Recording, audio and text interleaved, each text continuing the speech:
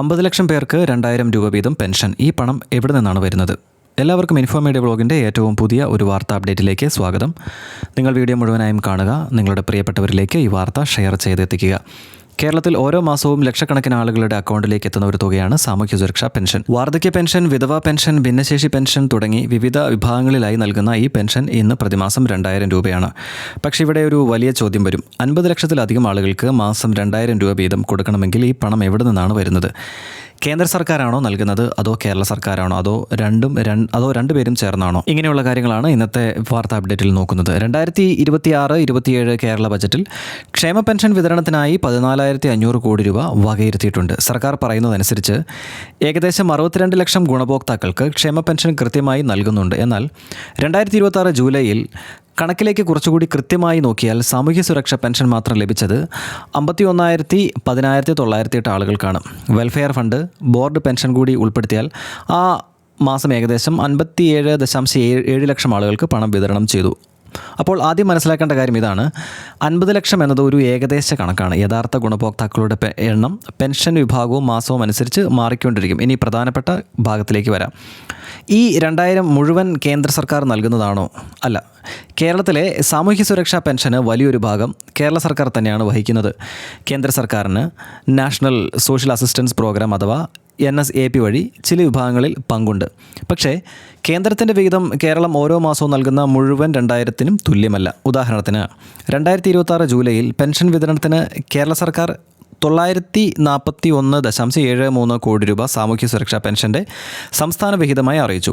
അതേസമയം അതേ വിതരണത്തിൽ കേന്ദ്ര സർക്കാരിൻ്റെ NSAP വിഹിതം 24.76 കോടിയായിരുന്നു. അതായത് കേരളത്തിൽ ഒരാൾക്ക് 2000 പെൻഷൻ ലഭിക്കുമ്പോൾ ഈ 2000 കേന്ദ്ര സർക്കാർ തന്നെയാണ് നൽകുന്നത് എന്ന് പറയുന്നത് ശരിയല്ല.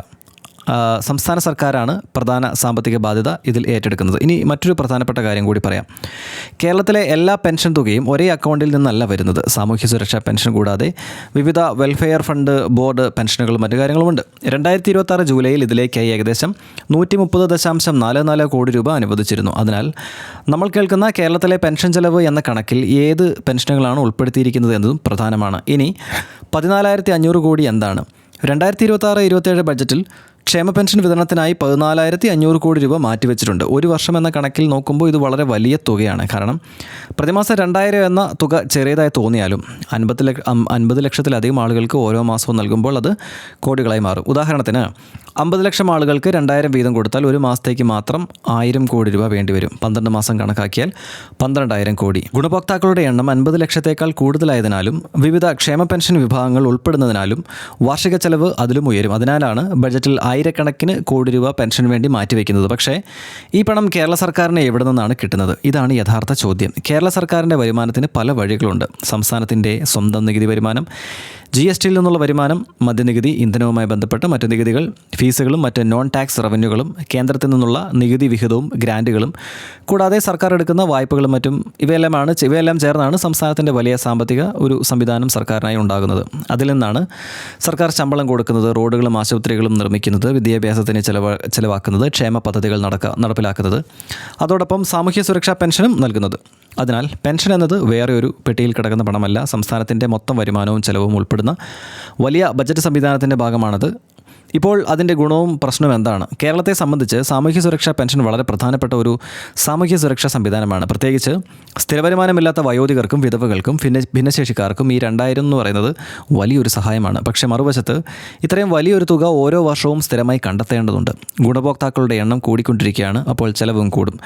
പെൻഷൻ തുക ഉയർത്തിയാൽ വീണ്ടും ചെലവ് ഉയരും. അതുകൊണ്ട് തന്നെ കേരളത്തിൻ്റെ സാമ്പത്തിക ധനസ്ഥിതി ചർച്ച ചെയ്യുമ്പോൾ സാമൂഹ്യ സുരക്ഷാ പെൻഷനും പ്രധാന വിഷയമാകുന്ന ഒരു കാര്യമാണ്. ഇവിടെ ഒരു പ്രധാനപ്പെട്ട കാര്യം പറയണം. പെൻഷൻ നൽകുന്നത് തെറ്റാണോ ശരിയാണോ എന്നത് വേറെ ഒരു രാഷ്ട്രീയ ചർച്ച തന്നെയാണ്. പക്ഷേ കണക്കിൻ്റെ കാര്യത്തിൽ കാര്യങ്ങൾ കൃത്യമാണ്. കേരളത്തിൻ്റെ ക്ഷേമ പെൻഷൻ്റെ പ്രധാന സാമ്പത്തിക ബാധ്യത സംസ്ഥാന സർക്കാരാണ് വഹിക്കുന്നത്. കേന്ദ്ര സർക്കാരിനും ചില വിഭാഗങ്ങളിൽ NSAP വഴി വിഹിതമുണ്ട്.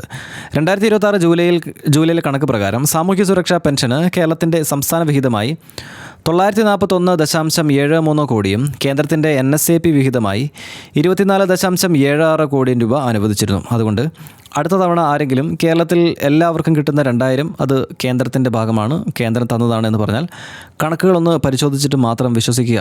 കാരണം 2000 രൂപ ഒരു ചെറിയ സംഖ്യയെ തോന്നിയേക്കാം. പക്ഷേ 50 ലക്ഷത്തിലധികം ആളുകൾക്ക് എല്ലാ മാസവും കൊടുക്കുമ്പോൾ ഇത് കേരളത്തിൻ്റെ ഏറ്റവും വലിയ ക്ഷേമച്ചെലവുകളിലൊന്നായി മാറുന്നു. ഇതാണ് കേരളത്തിലെ സാമൂഹ്യ സുരക്ഷാ പെൻഷൻ്റെ യഥാർത്ഥ ചിത്രം. ആർക്കാണ് കിട്ടുന്നത് എന്നതുപോലെ തന്നെ ആ പണം എവിടെ നിന്നാണ് വരുന്നത് എന്നതും നമ്മൾ അറിഞ്ഞിരിക്കേണ്ട ഒരു കാര്യം തന്നെയാണ്. ഇതിനെക്കുറിച്ച് നിങ്ങൾ എന്താണ് വിചാരിക്കുന്നത്? നിങ്ങളുടെ വിലയേറിയ അഭിപ്രായങ്ങൾ കമൻറ്റ് ബോക്സിൽ രേഖപ്പെടുത്തുക. നമുക്കപ്പോൾ മറ്റൊരു വാർത്താ അപ്ഡേറ്റിൽ കണ്ടുമുട്ടാം. നന്ദി.